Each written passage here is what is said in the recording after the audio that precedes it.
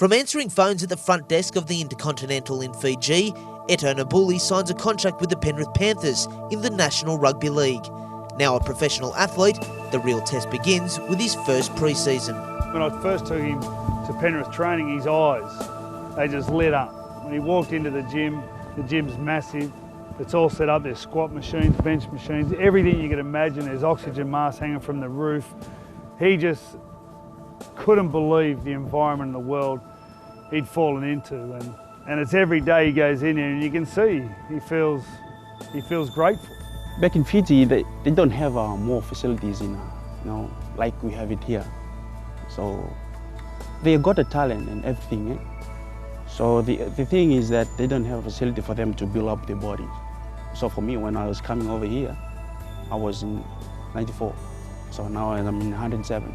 Because we have a good facilities and everything here has been provided for the boys. When you get injured, you have a facility to use.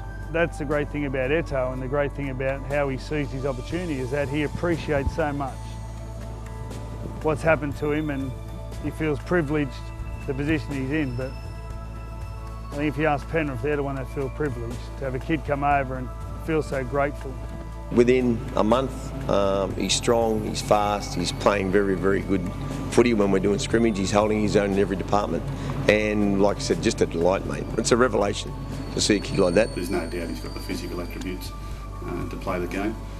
Obviously it'll be a learning process for him, but that's part of the development we want to offer this kid out here. And I mean, if we can make a success story out of someone like Eto, then it opens the way for other kids to take that gamble and give themselves an opportunity in this game. Football-wise, the sky's really the limit for him, and we're prepared to be very, very patient. We've got him over here for a couple of years, and prepared to take all that time to make a decision on whether or not he has a future. It's not going to be easy for him, but football's not meant to be easy. But I like the look of him so far. First time in fitness, I feel like dying in the field. I thought that it's gonna be an easy, but it's just a big fitness for me. Saw all my legs and was shaking. That's it. The lifestyle of a professional athlete can be very testing, and it can be grueling, especially early. And I'm sure it could be discouraging. But I went out there to Eto's first session and I watched him do these shuttle sprints where he'd run out to 25 and back, 50 metres and back, 75 and back. And you saw him take off because he was so keen, but by the time he got to the end, he was coming last. And then the next time he did it, he came second last. The next time he did it, he came third last. Well, I knew he'd have to take a lot of time to learn the game, because it's a big, although the basics and the philosophies and the techniques between league and union are very similar, the games are very different. Most of it is the same. You've got to football, you've got to run hard, you've got to tackle hard and defend your line as best you can and work with the people around you. So I'd say rugby league's an easier game, especially to learn. I think it's a little bit tougher because there's a little bit more contact, but that seems to be something that Eto's handled really easily. It sounds simple enough just to put him straight on the wing, but the wing is such a complex position, especially these days. And you've got to answer a lot of questions during the game, be in the position on the right time all the time. So it's going to be interesting, but he's got a good awareness of the game, and that'll be a good start. Eto's played the full year in our second tier competition, so you've got NRL and then New South Wales Cup. The NRL, without doubt, is the best competition in the world. And a tiny cog behind that is the lower grades where Eto's been playing. I remember sitting at home here at my place and watching on TV here Eto playing, and he scored 3 tries that day, and I was just blown away. The commentators, the people at the game, everyone was in awe of this guy's talent. You can see just how much talent he's got. And from where he's come from in 6 months or 9 months to being on TV and scoring 3 tries, won a 90-metre try, I couldn't have been any prouder of the guy.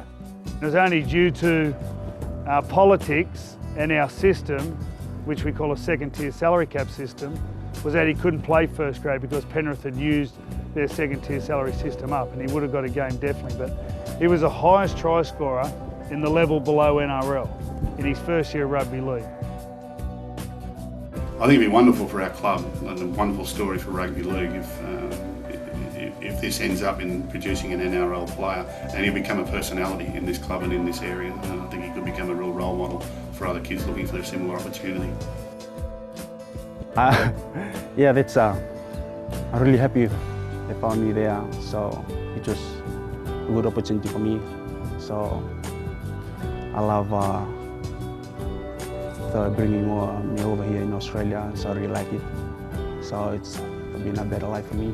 At the time, plenty boys have been calling me that they want to come over because they've been everything they saw in the paper. And so my manager have been telling them about how I play and they love to come over. They said, hey, can you find me somewhere so you want to come over? So I said, no worries, I'll do it. I find a place for you, for you guys. I really like what Freddie and Andrew Johns are doing over there and going over to these parts of the world and trying to spread the word of rugby league. The one thing that separated Edo from a lot of people I've met anywhere in the world was just a really strong attitude. And the only thing we need you to do is turn up.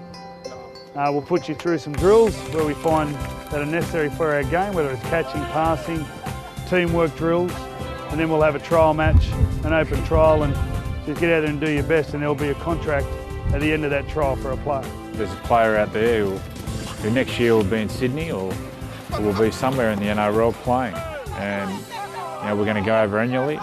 And 35% of our players are Pacific Island, but a lot of those players are born in Sydney or born in New Zealand. Very, very few of that 35% come from the islands itself. So that's the area we want to tap into. We want to bring these guys over from the islands, help the transition going from Fiji or Tonga or Samoa or anywhere of these places, and fitting in and having a red hot crack at the NRL.